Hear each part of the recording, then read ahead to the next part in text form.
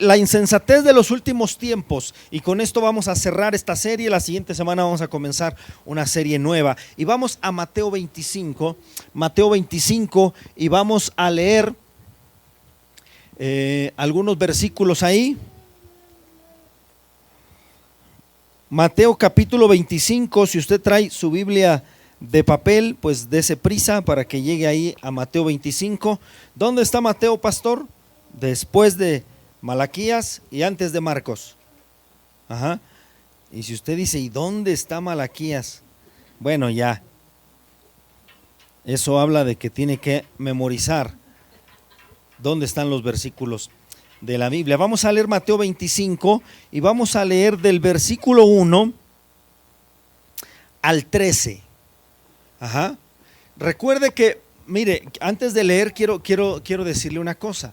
La Biblia fue escrita toda de corrido. Por ejemplo, el Evangelio de Mateo que vamos a leer ahorita fue escrito todo de corrido. O sea, el escritor no puso capítulo 1, versículo 1, versículo 2, capítulo 2. No, o sea, el escritor se agarró y escribió de corrido. Los capítulos y los versículos se pusieron muchos años después, porque cuando se leía la Biblia era todo un rollo, un pergamino, no eran libros como los conocemos ahora. Entonces imagínense abrir todo el rollo para buscar un pedacito de Mateo 25, pues estaba complicado. Entonces para hacer más práctico el estudio y la lectura de la palabra de Dios, se añadieron capítulos y versículos. Ajá. Entonces, ¿por qué le digo esto? Porque si Mateo 24 nos habla de los últimos tiempos y las señales que veremos en los últimos tiempos, Mateo 25 es la continuación de eso. ¿Vamos bien? Entonces mire cómo dice Mateo 25: el reino de los cielos será entonces como 10 jóvenes solteras. En otra versión dice 10 vírgenes, pero dice como 10 jóvenes solteras. Ajá. ¿Cuántas solteras hay acá? Amén. Se nota que son solteras, están bien tristes, necesita casarse.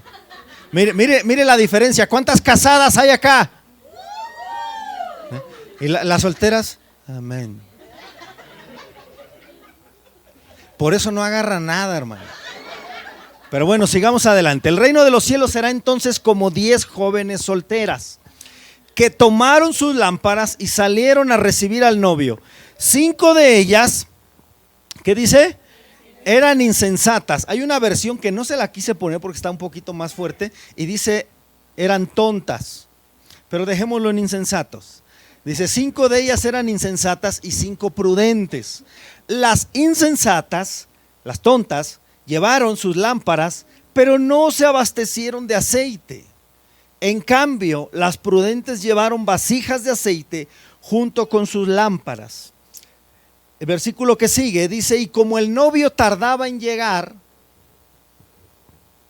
a todas les dio sueño y se durmieron. A medianoche se oyó un grito: ahí viene el novio, salgan a recibirlo. Entonces todas las jóvenes que se despertaron y se pusieron a preparar sus lámparas.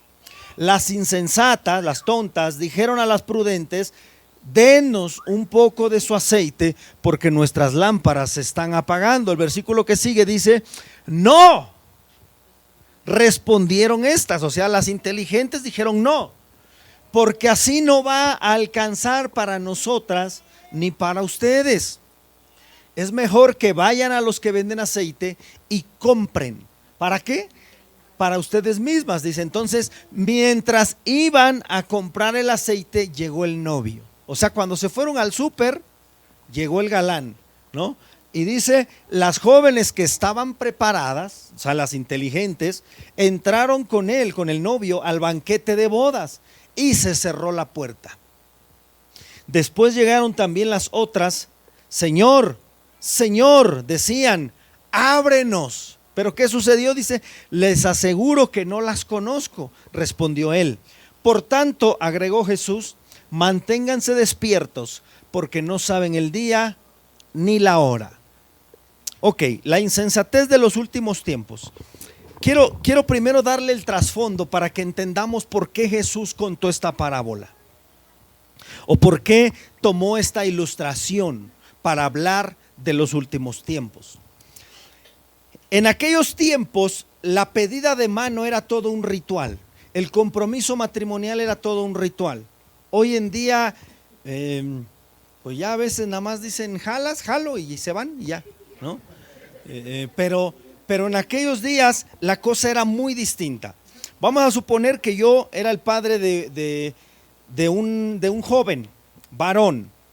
Y entonces ese joven varón le echaba el ojo y le gustaba la hija de, vamos a poner un ejemplo, vamos a suponer que Osvaldo tiene una hija en edad casadera, yo tengo un hijo joven en edad casadera, entonces mi hijo, vamos a suponer, le gustaba la hija de Osvaldo. Entonces mi hijo, antes de hablar con la chica, venía y hablaba conmigo, el hijo varón. Venía y decía: papá, me gusta la hija del señor Osvaldo, quiero casarme con ella. No era de que quiero andar con ella, quiero ver si funcionan las cosas. Era quiero casarme con ella. Entonces yo tenía que hablar con él y decir: ok, hijo, aguántese tantito, déjeme hablar primero a mí con el señor Osvaldo. Y entonces yo venía y hablaba con el papá de la chica y yo le decía: señor Osvaldo, fíjese que mi hijo está interesado en su hija. ¿Qué opina usted? Entonces el señor Osvaldo echaba una mirada a mis costumbres familiares, a mis valores, al tipo de persona que era mi hijo, y entonces, suponiendo que mi hijo fuera un buen partido y cumpliera los requisitos que él buscaba para su hija, él decía: ok, estoy de acuerdo. Si me ayudan con los niños, por favor, porque la gente se distrae mucho, téngalos en su lugar, por favor, enséñeles a estar un poquito quietos en la presencia del Señor. Entonces, sigamos adelante. Si el varón llenaba los requisitos que el papá de la doncella buscaba para su hija, decía: ok, estoy de acuerdo, vamos a darles una oportunidad. Entonces, entre los papás organizábamos una fiesta en donde íbamos a invitar a nuestros familiares más cercanos, a nuestros amigos más selectos. Hacíamos un banquete y comíamos todos juntos. Pero en medio de ese banquete se acostumbraba que el joven que pretendía a la señorita le ofrecía una copa de vino. Es decir, hacía como con una campanita, tin, tin, tin. Y entonces todo el mundo estaba pendiente qué iba a pasar. Todo el mundo se hacía a la orilla y el joven le ofrecía una copa de vino. Ese era el momento decisivo, porque si la joven le rechazaba la copa, ahí se acababa todo, cada quien para su casa, no había compromiso, no había relación, no había nada. Pero si la joven le recibía la copa de vino y brindaba con él, eso significaba que entonces tenían un compromiso matrimonial. No un noviazgo como el que se conoce hoy en día, un compromiso matrimonial. Entonces, acto seguido, el joven le tomaba de la mano y le decía estas palabras: en la casa de mi padre muchas moradas hay, pero yo voy a ir a preparar una especialmente para ti. ¿Le suena familiar estas palabras? Son las mismas palabras que Jesús le dijo a sus discípulos cuando se fue. En la casa de mi padre muchas moradas hay. ¿Por qué Jesús usó estas palabras? Porque en aquella cultura, en aquellos tiempos, las familias solamente vivían, vamos a decir, en una pieza como esta, y en la misma pieza tenían la cama, tenían los trastes para cocinar, tenían el fogón, tenían todo lo que necesitaban en la misma pieza. O sea, no había recámaras adicionales. ¿Me explico? Por eso, mire, por eso cuando Jesús cuenta aquella parábola del amigo que viene en la madrugada y toca y dice: oye, me llegaron visitas, regálame 3 panes. Le dice: ya está todo recogido, mis niños están conmigo en la cama, no puedo levantarme y dártelos. Porque levantarse implicaba levantar la cama, bajar el canasto del pan, hacer todo un desorden, despertar a los hijos, sacar los panes, dárselo, volver a guardar todo, alzar todo y volver a tender la cama. ¿Me explico? Porque todo era en la misma pieza. La única manera en las que las casas crecían, se hacían más grandes, era cuando el hijo varón se casaba. Porque todo seguía siendo en la misma pieza, pero el hijo varón hacía una habitación aparte solo para dormir. ¿Me explico? Y entonces las casas que tenían hijos varones se iban extendiendo, extendiendo, extendiendo. Por eso aquel versículo donde el Señor nos dice: alarga tus estacas, extiéndete a la derecha, extiéndete a la izquierda, extiéndete para adelante, para atrás. ¿Sí me estoy explicando? Porque es cuando la familia se hacía más grande. Entonces, esto ocurría cuando había un compromiso matrimonial. Vamos a suponer la doncella recibía la copa. Entonces, en ese momento ocurría lo siguiente: desde ese momento el hijo salía corriendo a la casa de su padre a empezar a trabajar en esa habitación. Empezaba a poner paredes, puerta, ventana, techo, empezaba a cerrar, empezaba a acondicionar lo que sería su nueva habitación de casado. ¿Me explico? Mire, aquí usted va a entender mucho acerca de la segunda venida de Jesús. La doncella, por su parte, salía de esa fiesta a su casa y era su responsabilidad en la ventana de donde ella dormía, en la ventana donde, vamos a suponer, donde a ella le tocaba tender su cama, en la ventana más cercana ponía una lámpara que tenía que estar encendida de día y de noche, porque no sabía que el esposo iba a venir. Sabía que iban a venir por ella para casarse, pero no sabía cuándo. ¿Por qué no sabía cuándo? Porque cuando el joven se iba y comenzaba a trabajar en aquella habitación, él venía con su papá y decía: papá, ya terminé. Y entonces el papá venía y supervisaba y decía: no, ese color no me gusta, esa puerta no, échale más ganas al piso, arréglale, cámbiale esto, le daba detalles. ¿Por qué? Porque el papá había empeñado la palabra con el otro papá, ¿lo recuerda? Y entonces era su propia reputación la que estaba en juego. Él no podía permitir que el joven fuera por la muchacha sin que tuviera una habitación digna de la muchacha. ¿Me explico? Por eso Jesús dice: el día y la hora nadie lo sabe, porque aunque Él fue a preparar la habitación, el único que sabe cuándo va a estar lista es el Padre. Y entonces Jesús usa esto, que es una costumbre cultural de un matrimonio, para decir: así va a ser en los últimos tiempos, así va a ser. Y Él cuenta entonces la historia de 10 vírgenes. Dice: 5 pues eran medio concha, medio confiadas, medio ¿qué otra palabra podríamos usar? Medio descuidadas, ¿no?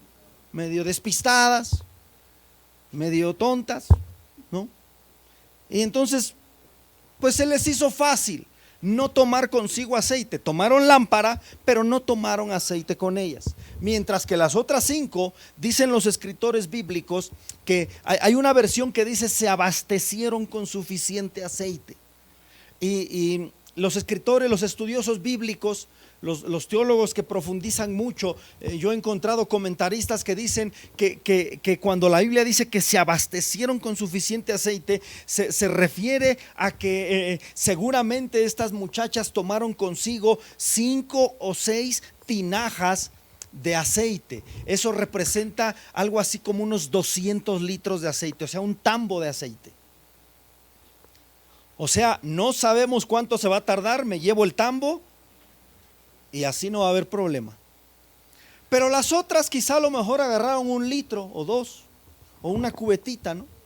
Y entonces pues les duró un poquito, pero llegó el momento en el que sus lámparas, dice la Biblia, empezaban a apagarse.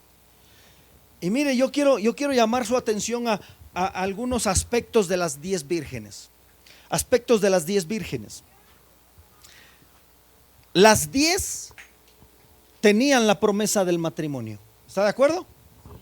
Las 10 sabían que el esposo iba a venir en algún momento. ¿Está de acuerdo? Las 10 eran vírgenes. O en esta versión que leímos, las 10 eran solteras. Las 10 esperaban al esposo. Eso para mí representa una sola cosa: las 10 vírgenes representan la iglesia. Dile que está a tu lado: nos representan a nosotros. Sin embargo, llama mucho mi atención el hecho de que 5 se quedan fuera de la boda y 5 entran. Y la razón es una sola.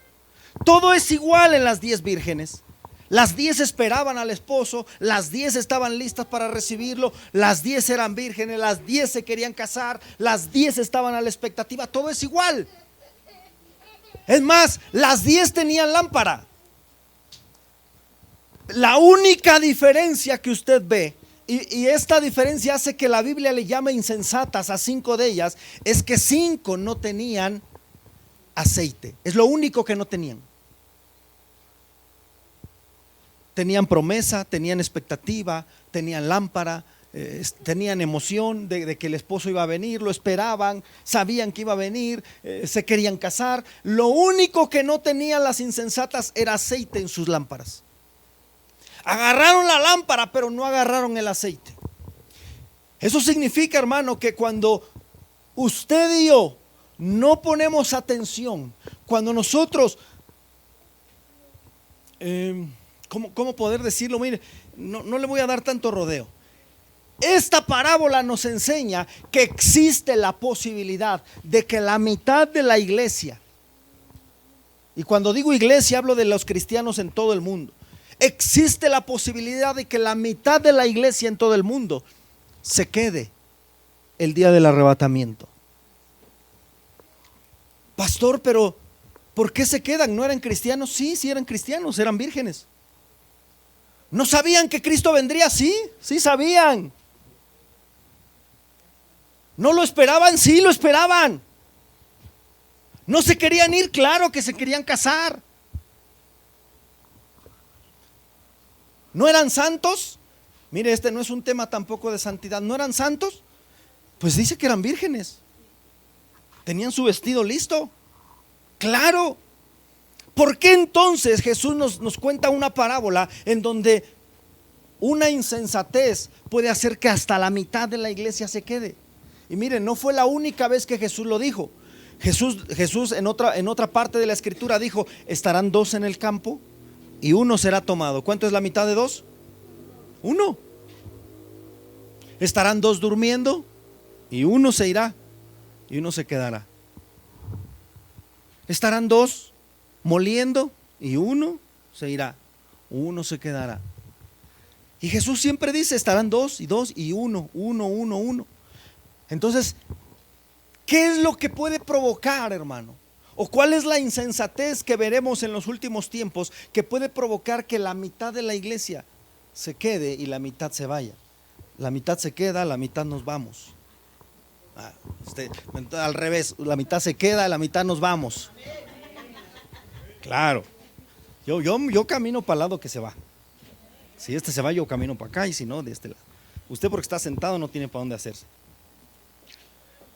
Y mire, la única insensatez que yo veo aquí es que no tomaron aceite. Ahora la pregunta es: ¿qué es el aceite? ¿Qué representa el aceite? Mire, yo he oído muchos predicadores y he oído muchas predicaciones sobre esto, pero hoy quiero darle algo nuevo, algo diferente, porque siempre relacionamos el aceite con el Espíritu Santo en nuestra vida.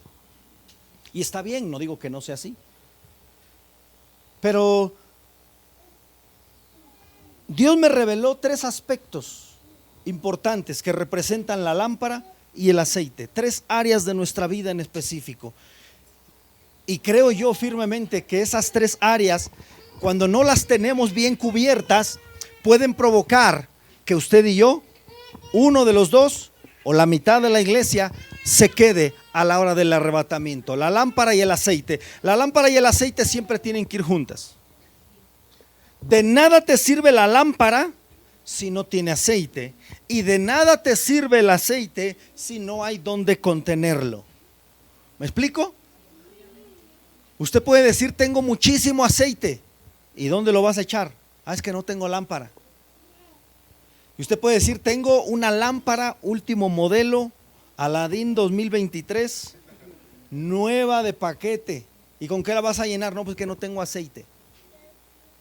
De nada le sirve una cosa sin la otra. ¿Me está siguiendo? Usted tiene que tener las 2 cosas en su vida.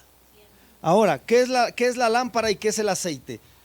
Le voy a hablar de 3 lámparas que tiene que haber en nuestra vida. Primera lámpara, Salmo 119, versículo 10. Lámpara es a mis pies tu palabra y lumbrera a mi camino.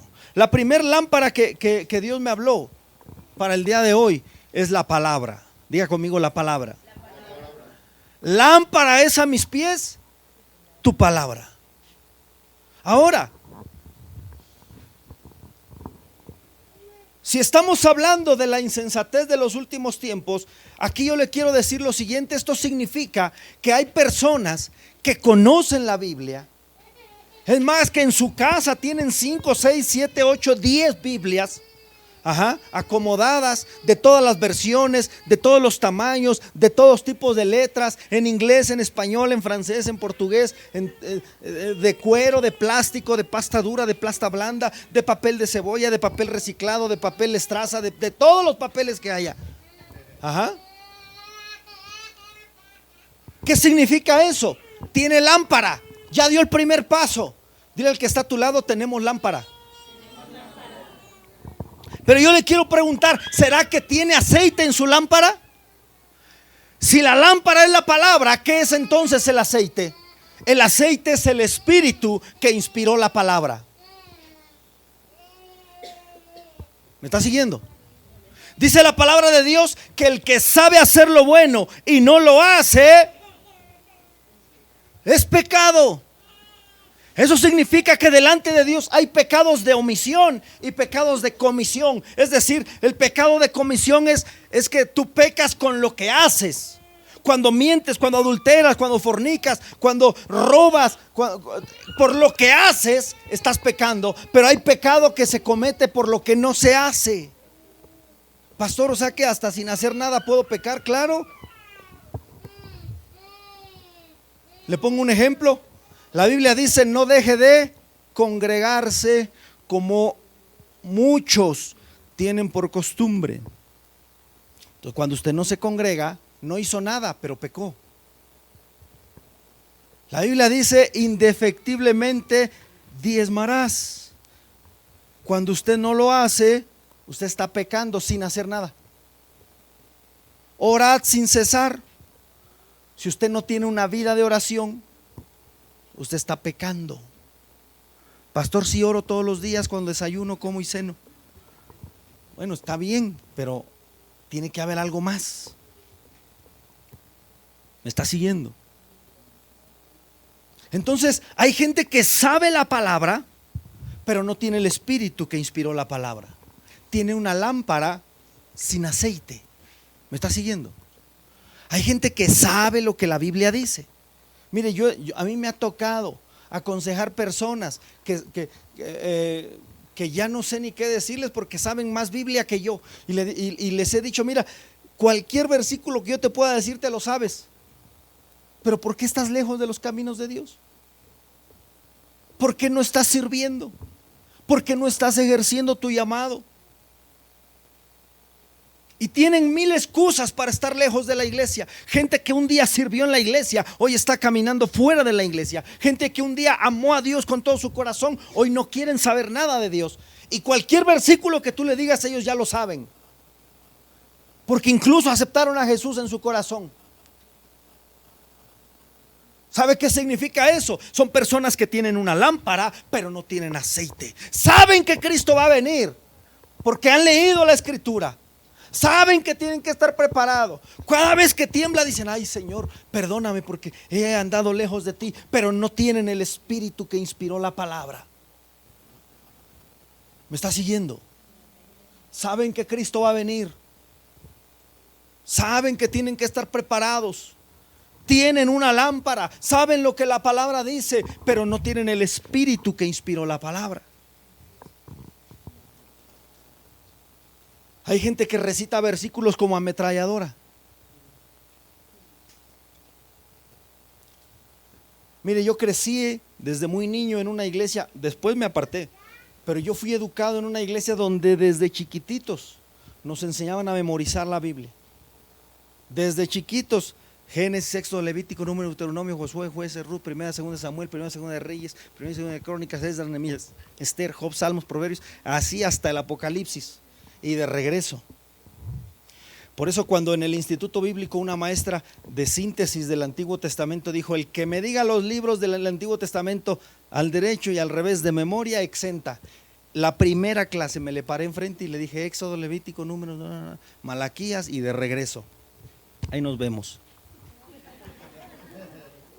Y dijo: no, espérate. Usted dijo. ¿Cierto o no, compañeros? Le dije al salón. Sí. Seguí tomando mi clase, por respeto. Seguí tomando mis notas, pero no me preocupé más por el examen. Yo tenía mi 10 asegurado. Desde niño yo memorizo la escritura. Desde niño memorizo versículos y versículos y versículos y capítulos enteros. Pero yo un día me tuve que dar cuenta que tenía una lámpara, pero no tenía el aceite. ¿Me está siguiendo? Hay gente que sabe mucha Biblia. Hay gente que sabe mucho de lo que está escrito, pero no practica nada de lo que sabe. En una ocasión, en una iglesia donde pastoreábamos mi esposa y yo, una persona llegó y dijo: a ver, quiero hablar con usted porque usted no sabe nada de griego, usted no sabe nada de arameo, y quiero decirle que en griego dice así y en arameo dice así. Y lo primero que le dije: tú sabes mucho griego, mucho arameo, ¿cuánto de lo que sabes practicas? ¿Cómo está tu esposa? ¿Cómo está tu matrimonio? ¿Cómo están tus finanzas? ¿Cómo está tu relación con Dios? Empezó a titubear. Y le dije: mira, con mucho griego, con mucho arameo, si no tienes una vida que practique lo que sabes, te vas a ir al infierno. Así que arrepiéntete, pídele perdón a Jesús y échale aceite a tu lámpara.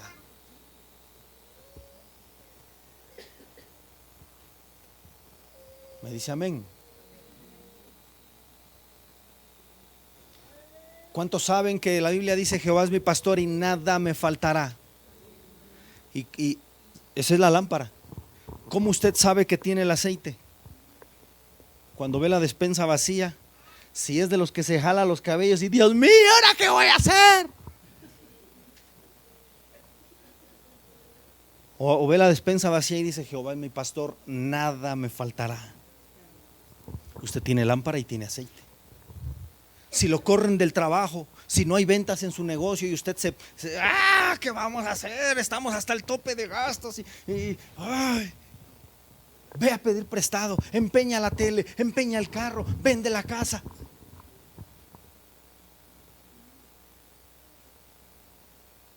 Que la Biblia no dice que las aves de los cielos no siembran, no cosechan, las flores no hilan, no cosen, y Dios tiene cuidado de ellos. Y Jesús dijo: ¿cuánto más ustedes? ¿Se da cuenta qué tan fácil es ver si tenemos lámpara y aceite o solo lámpara?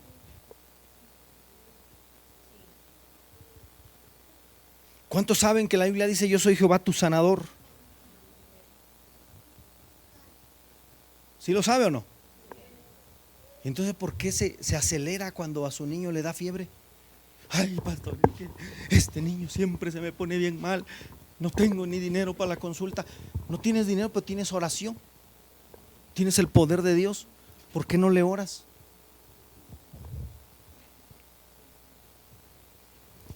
Si tu primera opción es el médico, si tu primera opción es el prestamista, si tu primera opción está fuera de Dios, tú tienes lámpara, pero te falta el aceite.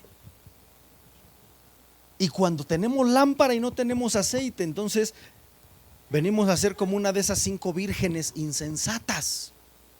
¿Y qué pasa cuando viene el esposo y encuentra una lámpara sin aceite?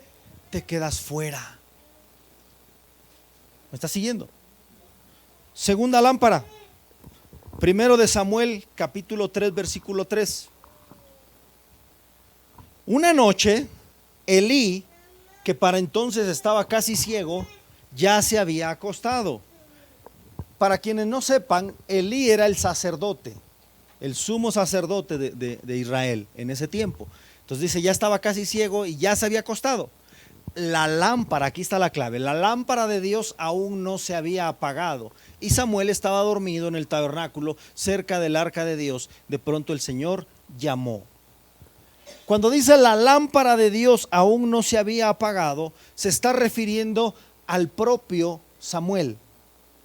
al propio sacerdote Elí. Se está refiriendo al sacerdote. Es decir, la lámpara de Dios, el sacerdote todavía estaba vivo, todavía no se apagaba. Entonces la segunda lámpara que usted tiene que tener en su vida y llena de aceite es el sacerdocio. Diga conmigo, el sacerdocio. Y aquí hablar del sacerdocio es hablar en dos vertientes. Podemos hablar del sacerdocio a los varones cabeza de hogar. Usted es el sacerdote de su casa, aunque no diga amén. Mujer, si tienes cerca a tu esposo, dale un codazo y dile di amén. ¿Ah? Usted es el sacerdote de su casa. Pero en términos generales, la Biblia dice que todos, hombres y mujeres, somos reyes y sacerdotes. Dice que Él nos hizo reyes y sacerdotes. Ahora mira, hablando de reyes y sacerdotes, todo mundo quiere ser rey, pero nadie quiere ser sacerdote. Ahora, rápido le voy a explicar qué significa ser reyes y qué significa ser sacerdotes.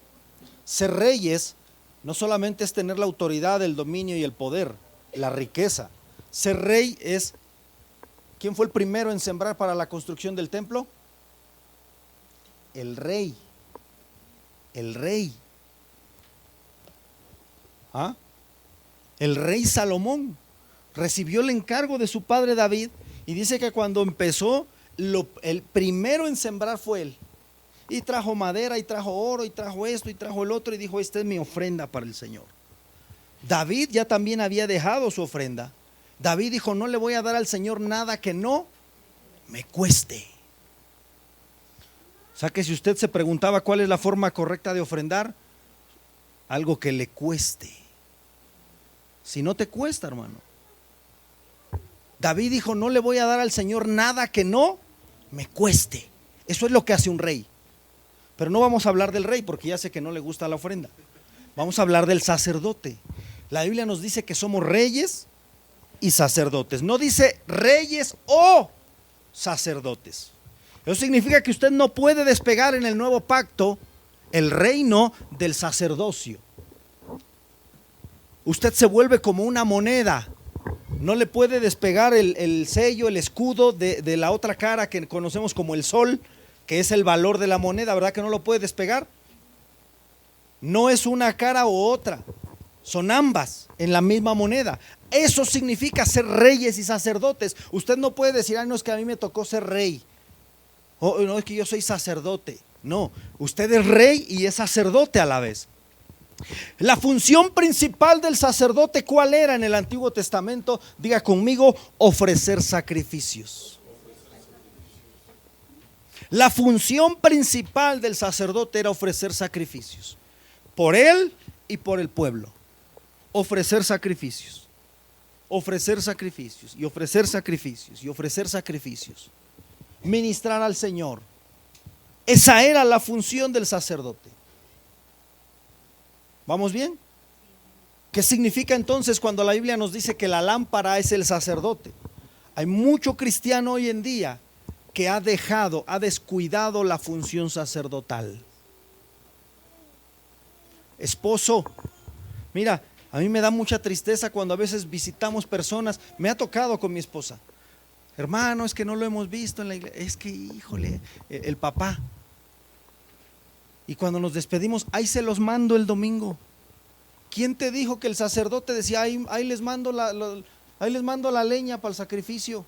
Yo aquí me quedo. El sacerdote estaba en primera fila para ofrecer el sacrificio. Hay varones que a veces dicen: es que yo le digo a mi esposa: ora por mí. ¿Quién es el responsable de la oración en la casa? El sacerdote. Pastor, es que mi esposo no es cristiano. Bueno, ora por él. A lo mejor en lo que él se levanta, a ti te toca. Pero alguien tiene que hacer la función sacerdotal. Entonces, hoy en día tenemos muchas familias donde hay un sacerdote de nombre, porque es muy fácil llegar a la casa, varones, y decir: a mí me obedeces porque soy el sacerdote de esta casa, soy la cabeza del hogar, a mí me honras, a mí me respetas. Pero te digo una cosa, varón que estás aquí, la honra y el respeto no se imponen, la honra y el respeto se ganan. ¿Me estás siguiendo? La honra y el respeto se ganan. ¿Y cómo se ganan? Sirviendo a tu familia, sirviendo a aquellos de quienes tú eres la cabeza, de quienes tú eres el sacerdote. En esta iglesia usted nunca me va a ver a mí sentado dando instrucciones para que usted haga y yo no hago nada. Si usted llega temprano, usted me va a encontrar a mí aquí con mi familia desde las 7:30, 8 de la mañana, y no nos ve sentados, andamos haciendo cosas. Estamos sirviéndole, porque yo sé que esa es la manera en la que me voy a ganar su respeto, su honra, y esa es la manera en la que yo ejerzo correctamente el sacerdocio en este lugar. ¿Me está siguiendo? Entonces mira, hay gente que tiene un sacerdote de nombre, pero ha descuidado el aceite. Tiene una lámpara pero no tiene el aceite. No está ejerciendo la función sacerdotal. No le gusta ofrecer sacrificios. Ay, es que qué pereza, pastor, pararse a las 9 de la mañana el domingo para arreglarnos e irnos a la iglesia. Qué flojera. Pero al trabajo no te da flojera y entras a las 8.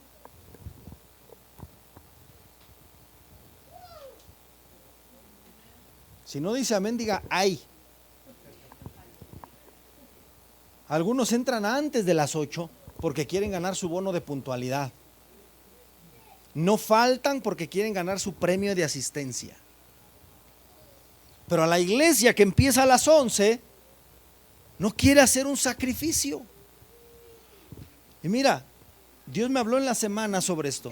Hay gente que dice, pastor, es que el domingo es el único día que tengo para descansar. ¿Y quién te dijo que el domingo es para que descanses? El religioso va a decir, 6 días trabajarás y harás toda tu obra, pero el séptimo día será descanso. Pero se te olvida que dice, será descanso para Jehová tu Dios.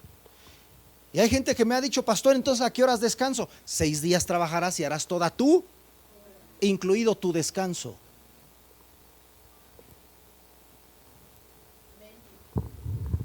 Seis días trabajarás, descansarás, dormirás, comerás, atenderás tus asuntos personales y harás todas tus obras. Pero el séptimo día, dice el Señor, es para mí. Entonces, ¿cuándo descanso? De lunes a sábado, agárrate cualquier hora para descansar. El domingo es para el Señor. Y mira, el Señor pide todo el día. No estamos aquí todo el día. Pero apenas el predicador se alarga tantito y ay, ya me tengo que ir, es que me están esperando, tengo un compromiso. Cuando usted dice tengo un compromiso, eso revela que esto para usted no es un compromiso. Entonces usted tiene una lámpara, se cree sacerdote, pero no tiene aceite.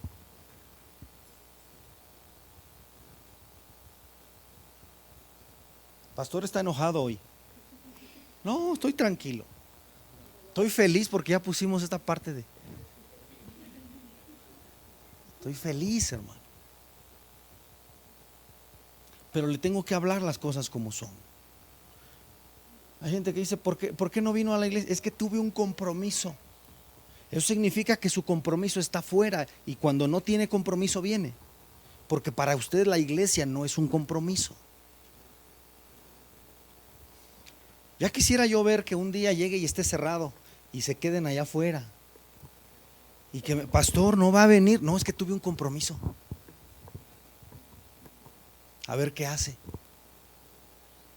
Porque a veces creemos que el pastor tiene que aguantar todo. Mira, a veces usted se ofende conmigo y se va de la iglesia. Yo me ofendo, usted me ofende y ¿a dónde me voy? Tengo que seguirlo viendo. Porque cuando usted me ofende no deja de venir. Pero cuando yo lo ofendo, sí. Entonces usted dice que es sacerdote, tiene una lámpara, pero no quiere hacer la función sacerdotal. El sacerdote era de las personas que más trabajaba en el tabernáculo, o la que más. No solamente, mira, imagínate el trabajo del sacerdote, era recibir el animal, darle crán, destazarlo, prender el fogón, ponerlo allá arriba, esperar a que se consumiera de pie. Hoy usted recibe la prédica sentado. En el Antiguo Testamento la gente estaba de pie bajo el sol hasta que se consumía el holocausto.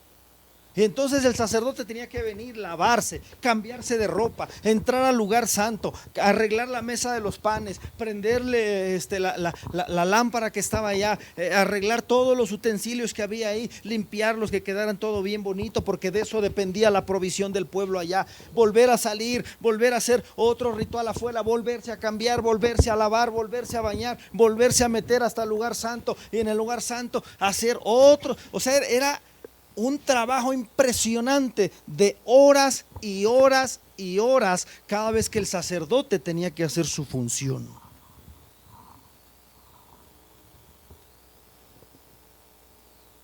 Pero hoy en día tenemos gente dentro de las iglesias que quiere venir 30 minutos a escuchar la prédica e irse a su casa porque está muy cansado. Y dice, soy rey y sacerdote porque Dios me hizo así, pero no está haciendo ninguna función sacerdotal. ¿Me está siguiendo?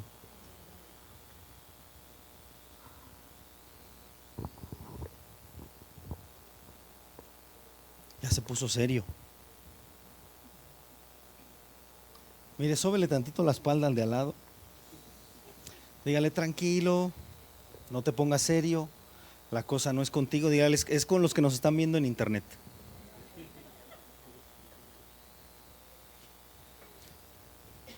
Tercera lámpara para que le cambie el rostro. Vamos a la tercera lámpara. Segundo de Samuel 21:17. Sin embargo, dice, Abisai, hijo de Sarbia, fue en su ayuda e hirió al filisteo y lo mató. Allí los soldados de David hicieron este juramento: nunca más saldrá usted con nosotros a la batalla. Híjole, ¿dónde encuentro soldados como estos? ¿No? Nunca más, dice que le dijeron a David, saldrá usted con nosotros a la batalla, no sea que alguien lo mate y se apague, ¿qué? La lámpara de Israel. Este pasaje, le voy a contar el trasfondo porque eran muchos versículos, no los quise poner todos, pero dice que había una guerra en Israel y David, siendo el rey, su responsabilidad era estar al frente de la batalla. Ajá. Estaba peleando, estaba dirigiendo la batalla, estaba dirigiendo a sus valientes, a su ejército, y dice que de repente se cansó, porque los pastores también nos cansamos, porque los que dirigimos también nos cansamos, los que lideramos también nos cansamos. Si usted pensaba que uno era Superman, lamento desilusionarlo, no. Los que estamos al frente también nos cansamos. Ha habido momentos en mi vida donde he ido a la presencia de Dios y le he dicho, Señor, ya no quiero pastorear, ya me cansé. Con usted no, con otras iglesias. No, yo a usted lo amo, lo quiero, lo valoro, lo aprecio. Usted es inigualable, incomparable, precioso. Pero en otros lugares donde hay hermanos más batallosos, le he dicho a Dios, sabes que ya no quiero pastorear. La gente no apoya, la gente no cree, se burlan, juzgan.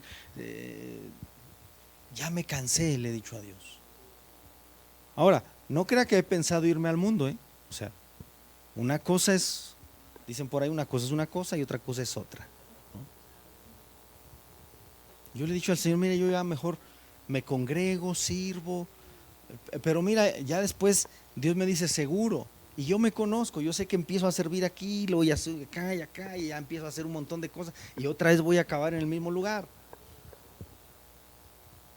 Y entonces ya agarro fuerzas, agarro aire y le digo, no, pues vamos a seguirle. Entonces el rey se cansó, y cuando el rey se cansó dice que vino un filisteo, un gigante llamado Isbi-Benob, y estuvo a punto de matar a David. Pero apareció un hombre que se llama Abisai, y dice que Abisai lo mató. Vio al rey en peligro y brincó por él y lo mató. Y entonces le dijeron, nunca más salgas con nosotros a la batalla, no sea que se apague la lámpara de Israel. Entonces la tercer lámpara que le quiero hablar esta mañana es el liderazgo. Diga conmigo el liderazgo. La insensatez de los últimos tiempos tiene que ver con el liderazgo. Hay muchas personas hoy en día, en todos los lugares, en todas las iglesias, en todos los ministerios, en todos los movimientos, en todos los concilios o como sea que le llamen. Hay gente que dice, él es mi pastor. Tiene lámpara, pero no tiene aceite. ¿A qué me refiero con el aceite? Hay mucha gente que tiene lámpara y dice, él es mi pastor, ella es mi pastora, pero no tiene en su interior nada de lo que ese pastor o esa pastora hacen. Aman, predican, enseñan o practican.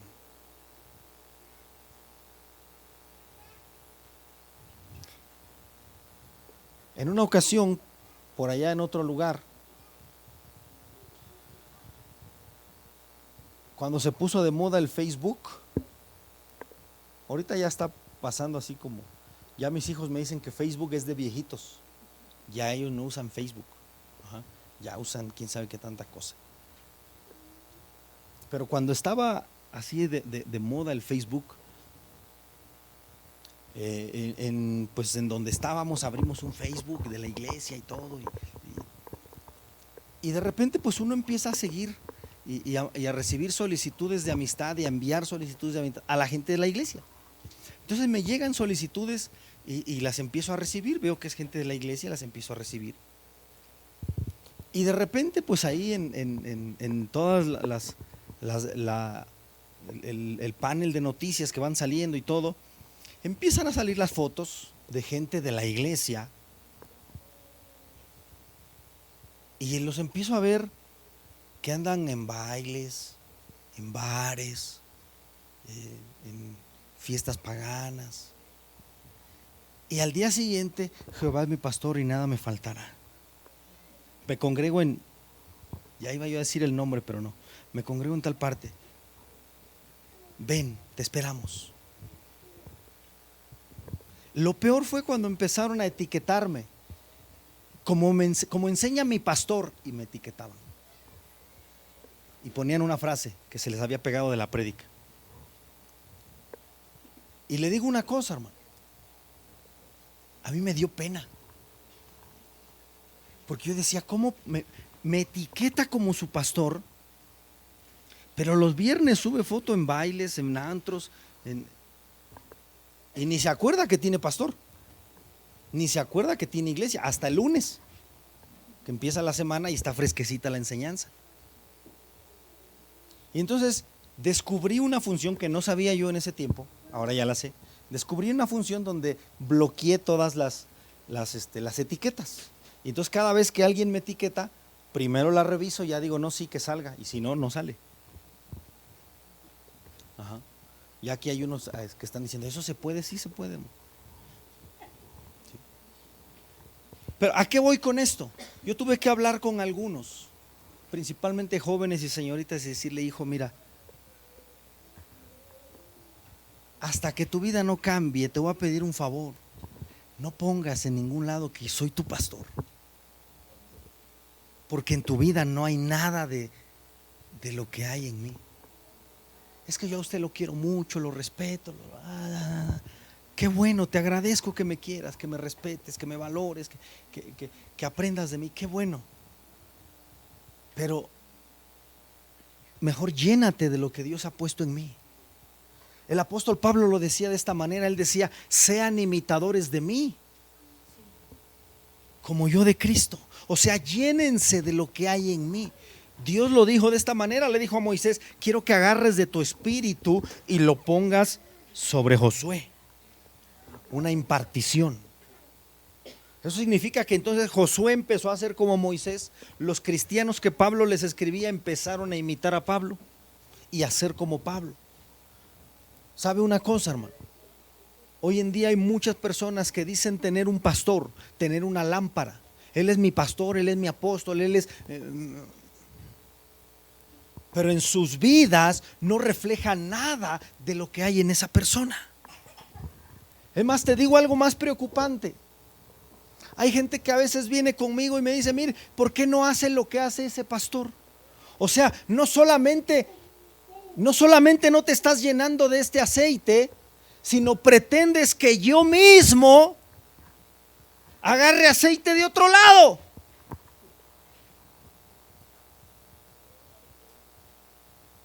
Lo que hacen allá, qué bueno que hagan allá, que Dios los bendiga allá. No digo que esté mal, si les está dando resultado, qué bueno que les sigan echando ganas, pero acá vamos a hacer lo que Dios nos mandó a hacer acá. Hay gente, mira, hay personas que no ven mis predicaciones en internet, pero ven un montón de pastores de otras iglesias porque son más famosos. Y mira, yo le puedo enseñar lo mismo. Es más, se lo puedo hablar antes que lo hable ese pastor famoso. Y me ha pasado con mi esposa. Hay veces que yo le digo, mira, Dios me habló esto. Y al poquito tiempo vemos que algún predicador famoso está hablando de eso. Pero usted se maravilla cuando lo dice un famoso, pero no cuando lo decimos acá. Cuando lo decimos acá, usted dice, no, que pastor se pasó de tacos, quién sabe de dónde agarró esa revelación. Pero cuando lo dice un predicador famoso, wow, hasta lo enmarca, lo manda casi a pintar en su pared, lo pone en sus redes sociales y etiqueta a todo el mundo. Eso significa que usted dice tener un pastor, tiene una lámpara, pero no tiene aceite de esa lámpara. La gente de David, si usted lee toda la historia, muchos capítulos atrás, usted se va a encontrar con un momento en el que David dice que empezaron a venir a él gente enlutada, entristecida, amargada, endeudada. Y yo quiero preguntar cuántos llegaron así a la iglesia. Dígame bien fuerte. ¿O cuántos siguen? Dígame. ¿Cuántos siguen amargados, enlutados, endeudados, deprimidos, cargados? Mira, la mayoría de las personas llegaron así a la iglesia. Esa es la gente que le llegó a David. Y cuando se asociaron con David, empezaron a recibir de David un espíritu diferente. David los empezó a ministrar de tal manera que esos hombres que llegaron a él endeudados, enlutados, afligidos, entristecidos, con ganas de morirse, salieron de esa cueva convertidos en lo que la Biblia llama los valientes de David. ¿Sabe por qué? Que los cambió de enlutados a valientes, de endeudados a valientes, que tomaron del aceite que había en la vida de David. Hay personas a veces que dicen, no, es que ahí en esa iglesia no siento nada. No sientes nada porque no estás tomando de la unción que hay en este lugar. Porque la gente que se está llenando de lo que Dios ha puesto en este lugar es gente que está cambiando, que está transformando. Hijo, ¿cómo está tu vida hoy? ¿Está mejor o antes que cuando llegaste a la iglesia? Mejor. ¿Cómo está su vida hoy? ¿Mejor o peor? Mejor. Hijo, ¿cómo está tu vida? ¿Mejor o peor? Es gente que se ha pegado, gente que ha bebido, que se ha llenado, que no solo tiene una lámpara. Leo, ¿cómo está tu vida, hijo? ¿Mejor o peor? ¿Cómo está su vida, hermana Rocío? Rocío llegó con todas las manos así engarruñadas, enferma, desahuciada. Un trapo de cocina se le caía, no lo podía exprimir. Pero se llenó de la unción que Dios puso en este lugar. Dios la sanó. Y ahora usted la ve que barre, trapea, sacude, limpia ya. No se trata solo de tener una lámpara, sino de que usted tenga aceite. Por eso la Biblia dice, Señor, en tu nombre echamos fuera demonios, teníamos pastor, nos congregábamos, nos predicaba bien padre y veía todas sus prédicas en YouTube. Y Dios va a decir, pero nunca te llenaste del aceite, no te conozco. Porque lo único que Dios reconoce en el mundo espiritual es la unción que brotó del mismo. Entonces, donde ve Dios el aceite, dice aquí, este sí lo conozco. ¿Se acuerda de aquel pasaje cuando Jacob engañó a su padre y tomó la bendición que le correspondía a Esaú? ¿Qué hizo Jacob? Dice que lo que hizo fue vestirse con la ropa de Esaú.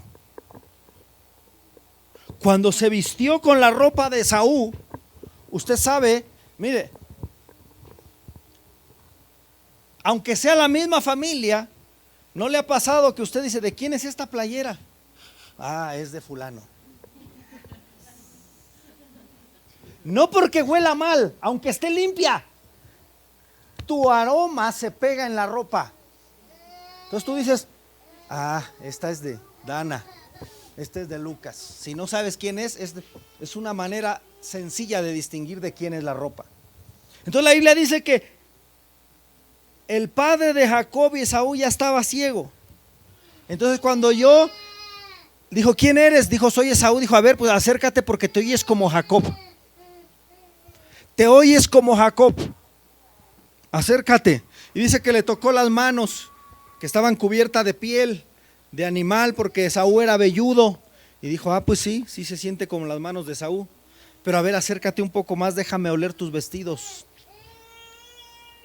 Y, dijo, el aroma de mi hijo Esaú. Y se suelta como el rocío del campo. Y empieza a bendecir. ¿Qué significa eso? Que lo que cautivó a este hombre fue el aroma de Esaú. Yo estoy seguro, hermano, porque uno como padre no es tonto. Yo estoy seguro que él sabía que estaba bendiciendo a Jacob, pero el aroma de Esaú lo cautivó. Cuando él olió y dijo, el aroma de mi hijo, y empezó a soltar la bendición, aunque estaba consciente que era el otro. ¿Sabe qué es lo que pasa? Que cuando tú tienes una lámpara, Dios dice, a ver, acércate, déjame olerte. Y dice, no, tú todavía hueles a religión, no hueles a unción.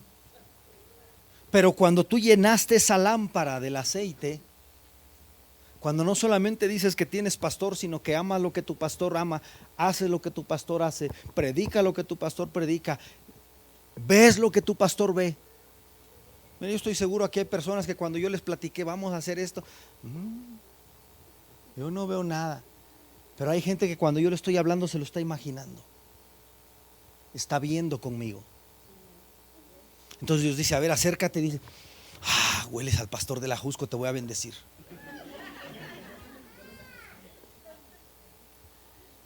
Porque te llenaste de la unción.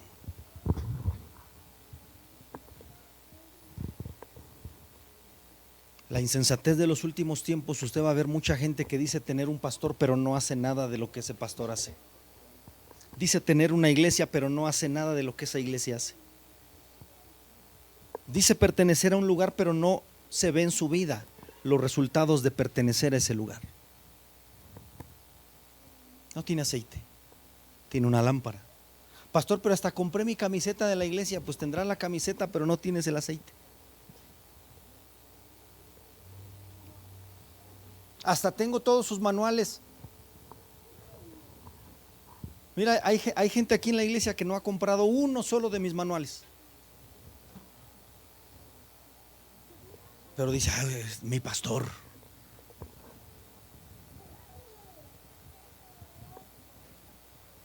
¿Cómo se va a llenar de lo que Dios puso en mí?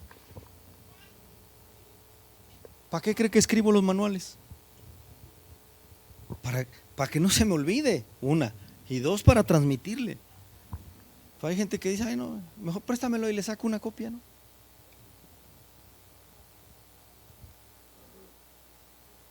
Hay gente que no ve lo que nosotros estamos viendo. Si esta es su casa, usted tiene que ver lo que mi esposa y yo estamos viendo. Si este es su lugar, usted tiene que creer lo que mi esposa y yo estamos creyendo. Esforzarse y luchar por lo que nosotros nos esforzamos y luchamos. Apasionarse por lo que a nosotros nos apasiona. Tener la visión que Dios ha puesto en nosotros. De nada le sirve a usted que diga, ellos son mis pastores, si no hay nada de nosotros en usted. Pastor, ¿y a poco por eso me voy a quedar fuera? ¿Sí? ¿Ha visto usted, y ya voy a cerrar, ha visto usted la lámpara de Aladino y la lámpara maravillosa? ¿Qué es lo que hace tan codiciada la lámpara? El genio. O sea, lo que le da valor a la lámpara es lo que va dentro de la lámpara. Sin el genio, esa sería cualquier otra lámpara. Es más, hay por ahí unas películas donde la lámpara esa de Aladino está fea, toda hasta abollada, sucia. Y en las escenas pasan otras lámparas más bonitas y uno dice, ¿por qué no agarran esa lámpara? Ah, porque esa no tiene nada adentro, la que vale es esta porque adentro está el genio.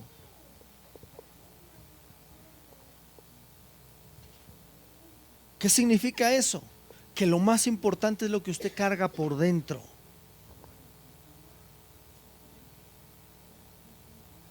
Quizás a lo mejor usted pudiera decir, es que mi pastor no es famoso, ni me interesa ser famoso, hermano. Es que mi pastor no es delgado como otros pastores. No, no soy delgado. Ay, es que mi pastor no tiene un auditorio como el de... No, no lo tengo. Ahorita lo vamos a tener en algún momento. Pero le digo una cosa, esta lámpara carga algo para usted. Pero no es de que, pues démelo, pastor. No, usted se tiene que pegar, usted tiene que jalar. Allá afuera en la cisterna hay una bomba que para que el chorro salga por la manguera, primero tiene que succionar. La bomba, antes de empujar el agua, primero la chupa. Usted tiene que convertirse como una bomba. Usted se conecta a lo que Dios ha puesto en mí, en la pastora, a lo que Dios ha puesto en esta casa. Usted chupa y entonces lo puede esparcir. Entonces lo puede dar a otros. Si no, usted está del lado de las 5 insensatas. Tenía pastor, pero no chupó nada del pastor. No jaló nada de la pastora. Tenía iglesia, pero nunca jaló nada de lo que había en esa iglesia. Se creía sacerdote, pero nunca realizó una función sacerdotal. Sabía la palabra, pero nunca practicó nada de lo que la palabra dice. ¿Y qué va a pasar? Que hay la posibilidad que la mitad de la iglesia se quede por ese pequeño detalle. Era cristiano, venía a la iglesia, ofrendaba, diezmaba, cantaba, danzaba, todo igual, igual que todos. Solo le faltó un pequeño detalle: llenarse del aceite.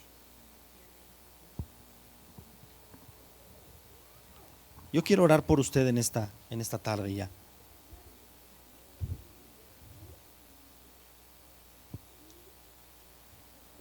Bendecimos a la gente que nos vio por el internet. Espero que esta palabra sea de bendición. Y si tú tienes un pastor para tu vida, te agradezco que veas nuestros videos. Pero si hay un pastor que Dios asignó a tu vida, a tu corazón, pégate a ese pastor.